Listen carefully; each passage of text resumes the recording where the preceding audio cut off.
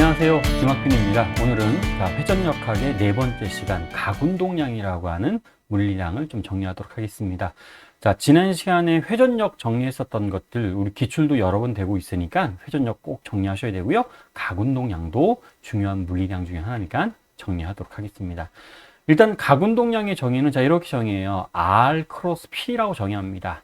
근데 우리 크로스곱이 중요한 거 아니라고 했죠? 우리 크로스곱이 들어가 있는 거는 보통 이제 사인이 많이 들어가는데, 사인이 들어가 있는 물리량은 두 벡터의 수직 성분끼리만 계산하세요 라는 게 우리 크로스곱의 정의였었습니다. 그래서 RP 사인 세타 또는 I 오메가라고 하는 기호로도 여러분 많이 사용하게 돼요. 여러분 I 오메가는 매우 뭐랑 흡사한 거냐면 우리 병진 운동에서의 우리 운동량이 있었잖아요. 병진 운동에서의 운동량이 우리 뭐였었냐면 MV가 우리가 병진 운동에서의 운동량이었었습니다.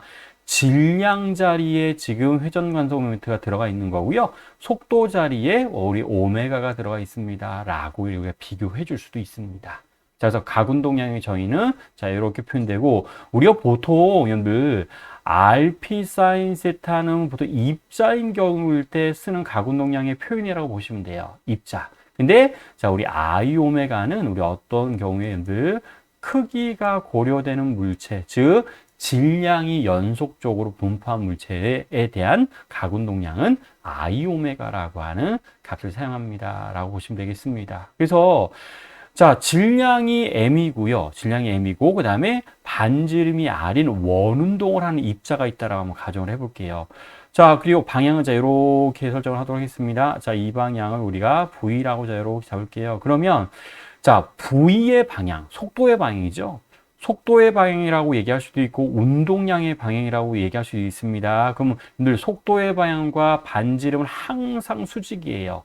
어디에서나 항상 원운동이면 속도의 방향과 반지름의 방향이 수직입니다. 라고 얘기할 수 있습니다. 그러면 이때 이 입자의 각운동량은 RMV 이렇게 얘기해 주시면 돼요. 이거 스몰 r로 좀 바꿔줘도 됩니다. 스몰 r로 바꿔서 RMV 이렇게 우리 얘기합니다. 근데 이런 경우도 보죠. 원판이 있어요. 회전 관성 모멘트가 I라고 하는 원판이 있고, 이게 질량 중심을 축으로 해서 이렇게 해서 오메가라고 하는 각속도로 회전한다라고 한번 가정을 해보도록 합시다. 그러면 이것도 마찬가지예요. 원리는 다 더하는 거예요. 시그마에 RI에 MI에 VI를 다 더한 값을 우리는 뭐라고 합니다? 이걸 우리 각운동량이라고 한다라고 보시면 돼요. 근데 이 V를 또 뭘로 바꿀 수 있어요? VI를 RI의 오메가로 바꿀 수 있죠. 그럼 얘는 시그마의 MI의 RI의 제곱이 되고 오메가가 이렇게 등장하게 됩니다. 그때 요만큼은 우리가 뭐라고 얘기할 수 있다고요? 회전 관성 모멘트의 정의에 해당이 되죠. 시그마 MI RI의 제곱은 우리 회전 관성 모멘트 I로 바꿀 수 있고, 오메가를 곱한 값에 해당되는 I 오메가를 회전 관성 모멘트를 이용한 각운동량으로 표현할 수 있습니다. 그래서 입자일 때는 RMV를 많이 쓸 거고요. 우리 이 크기가 고려되어져 있는 이런 원판이라든가 막대기라든가 구 같은 것들의 회전 관성 모멘트는 I 오메가라고 하는 기호로 사용합니다. 라고 보시면 돼요. 그럼 이 내용이 어디 그대로 대응되냐면 우리 앞에서 배웠던 내용이랑 그대로 대응이 됩니다. 우리 병진 운동에서는요, 우리 F라고 하는 우리 힘이 A에 해당이 있었고, A가 우리는 우리 A를 우리 이렇게 표현할 수 있었습니다. A가 우리가 뭐에 해당돼요? 우리 시간에 대한 우리 속도의 변화량이라고 얘기할 수 있었죠? 네, 질량을 나눠 들어가니까, dt분의 dp가 우리는 힘의 정의라고 얘기할 수 있어요. MA의 표현도 있지만 dt분의 dp라고 하는 이런 표현도 가능합니다. 그럼 이때 이거 넘겨주니까 FDT는 dp라고 얘기할 수 있어서 힘의 우리 좌변을 우리는 충격량이라고 정의했었고요. 우변을 우리는 운동량의 변화량이라고 얘기해 줄 수 있었습니다. 그래서 충격량은 운동량의 변화량이랑 같습니다. 라는 것들이 우리 운동량과 충격량 배웠을 때 정리했었던 내용들에 해당됩니다.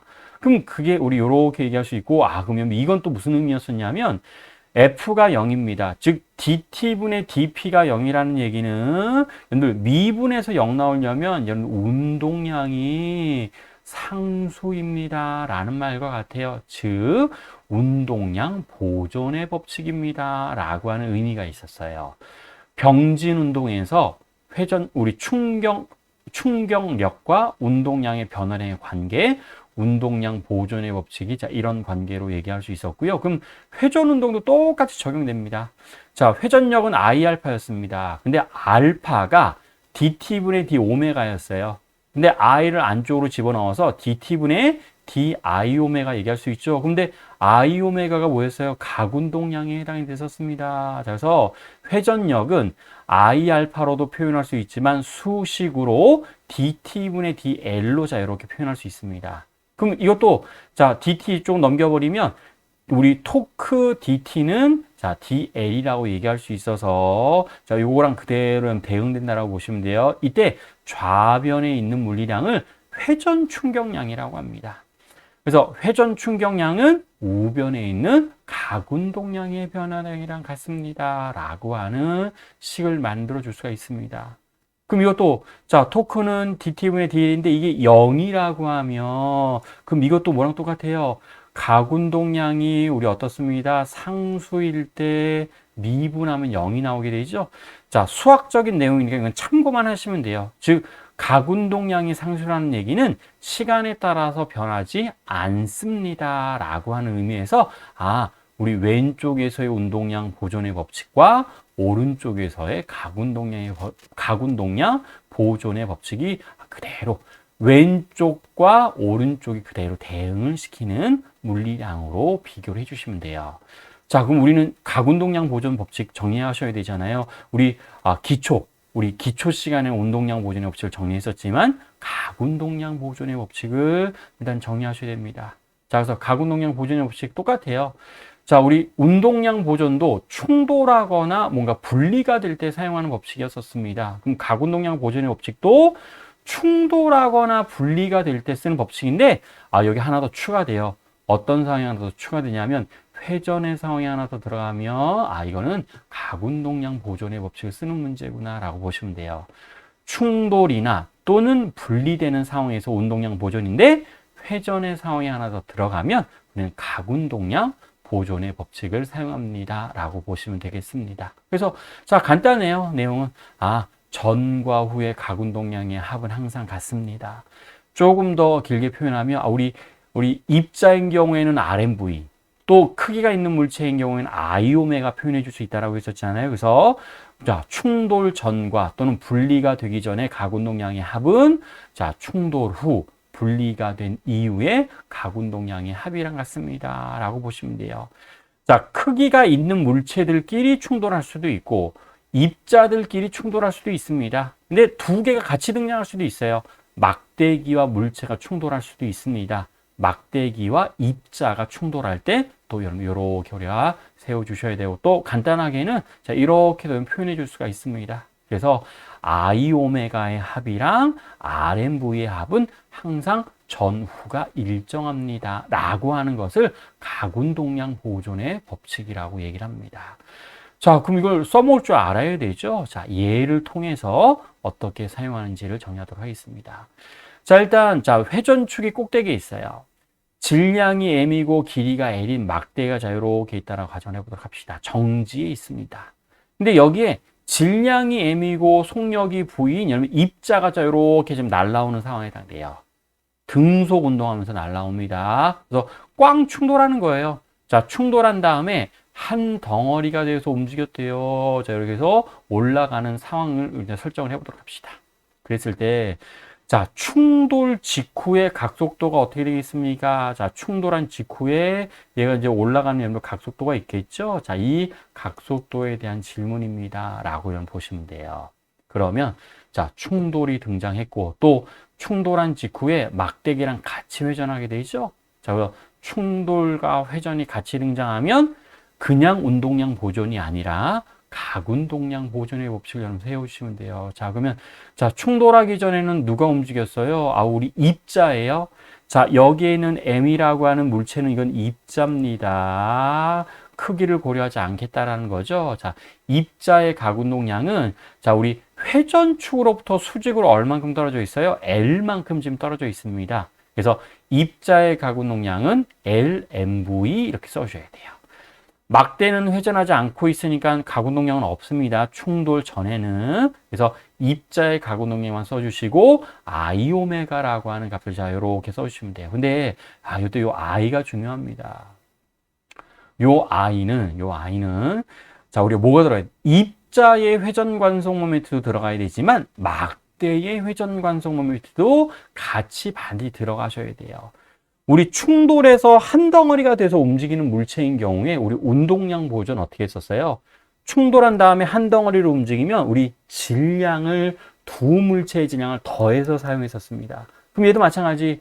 우리 회전 관성 모멘트는 질량의 의미가 있는 물리량입니다 라고 했었잖아요. 그러면 자 충돌한 이후에는 막대와 입자가 같이 지금 움직이고 있으니까 입자의 회전 관성 모멘트, 막대의 회전 관성 모멘트를 같이 집어넣어 주셔야 돼요. 질량을 합하듯이 회전 관성 모멘트도 반드시 같이 써줘야 됩니다. 그래서 자 입자는 그냥 회전축으로부터 L만큼 떨어져 있으니까 ML의 제곱. 근데 막대기는요. 자 이것도 아까 좀 계산했었는데 예전에 우리 회전 관성 모멘트 정리할 때 배웠는데요. 3분의 1 ml의 제곱이었어요. 여러분들 막대 회전 관성 모멘트는 우리 어떻게 계산했었냐면 평행축 정리였었습니다. 그래서 I는 ICM 플러스 MD의 제곱이라고 하는 값을 계산했었습니다. 그래서 질량 중심에 대한 회전 관성 모멘트가 12분의 1 ml의 제곱 그리고 여러분들 m 스몰 m이에요. 자 스몰 m 들어가고 자 m에다가 회전축이 질량 중심으로부터 얼마만큼 좀 떨어져 있는 거냐면 자 2분의 L만큼 떨어져 있어서 이거를 계산한 결과가 3분의 1 ml의 제곱이 나오셔야 돼요. 앞에 것도 꼭 복습하시면서 정리하셔야 됩니다. 그래서 각속도 정리해서 계산해 주시면 4L분의 3V라고 하는 값이 자 이렇게 나오게 돼요. 그래서 자 우리 충돌과 회전의 상황이 같이 등장하면 자 이렇게 반드시 가운동량 보존이라고 하는 것을 사용합니다 라는 것들 정리해 주시면 되겠습니다. 그래서 우리 MD에서도 굉장히 좀 비슷한 문제가 나왔습니다. 자 원반이 회전하고 있었어요. 회전하고 있는데 자 질량이 M이라고 하는 물체가 위에서 떨어졌나 봐요. 떨어져서 충돌한 다음에 한 덩어리가 되어서 자 이렇게 지금 돌아가게 됐답니다. 그랬을 때 두 물체가 자 지금 문제에서 요구하는 거는 두 물체가 붙은 원반에 대한 설명으로 옳은 것을 골라보세요 라고 있습니다. 두 물체가 붙은 다음에 원반의 운동에 대한 설명입니다. 자, 첫 번째 볼까요? 자, 이건 특별하게 계산할 건 없어요.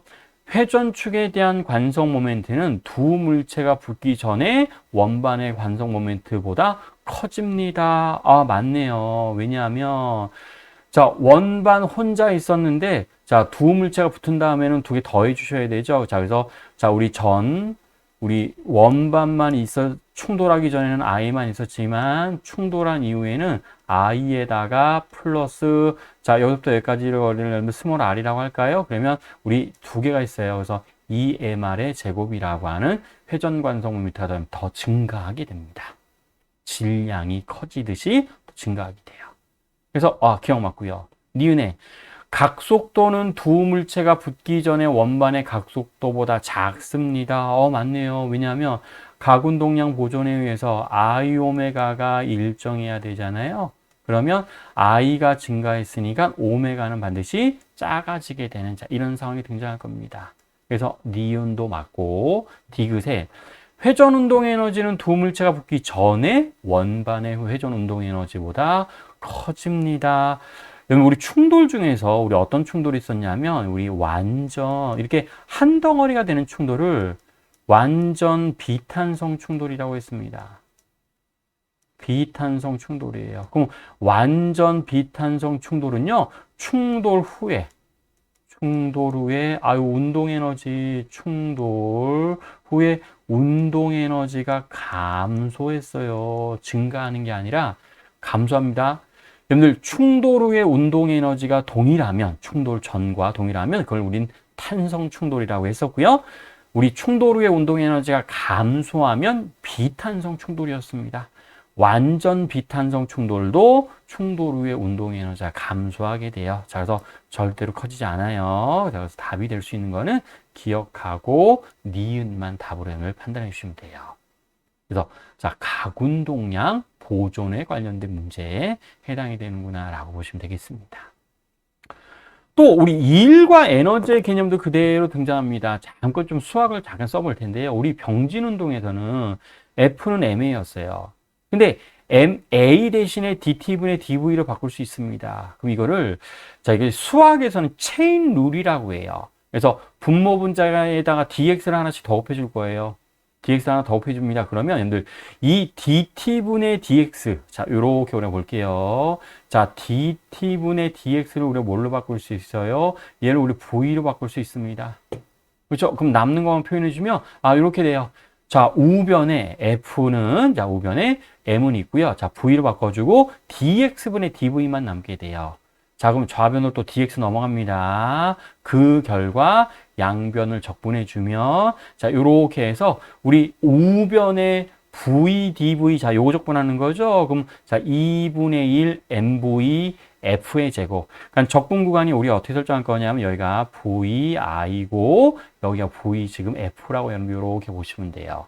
그랬을 때 우리 우변이 운동 에너지가 이렇게 정의된 거네요. 자, 그래서 좌변이 합력이 한 일이고 합력이 한 일은 반드시 병진 운동 에너지의 변화량이랑 같습니다. 라고 했던 게 우리 일 에너지에서 정리했었던 내용들에 해당됩니다. 그럼 그게 그대로 회전 운동에도 적용돼요. 자, 토크는 I알파인데 알파가 DT분의 D 오메가였어요.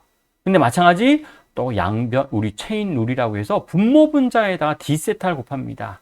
그럼 얘도 마찬가지 D세타분의 D, 자, 우리 DT분의 D세타가 얘가 우리는 무엇에 정의였었냐면 오메가 각속도의 정의였었어요.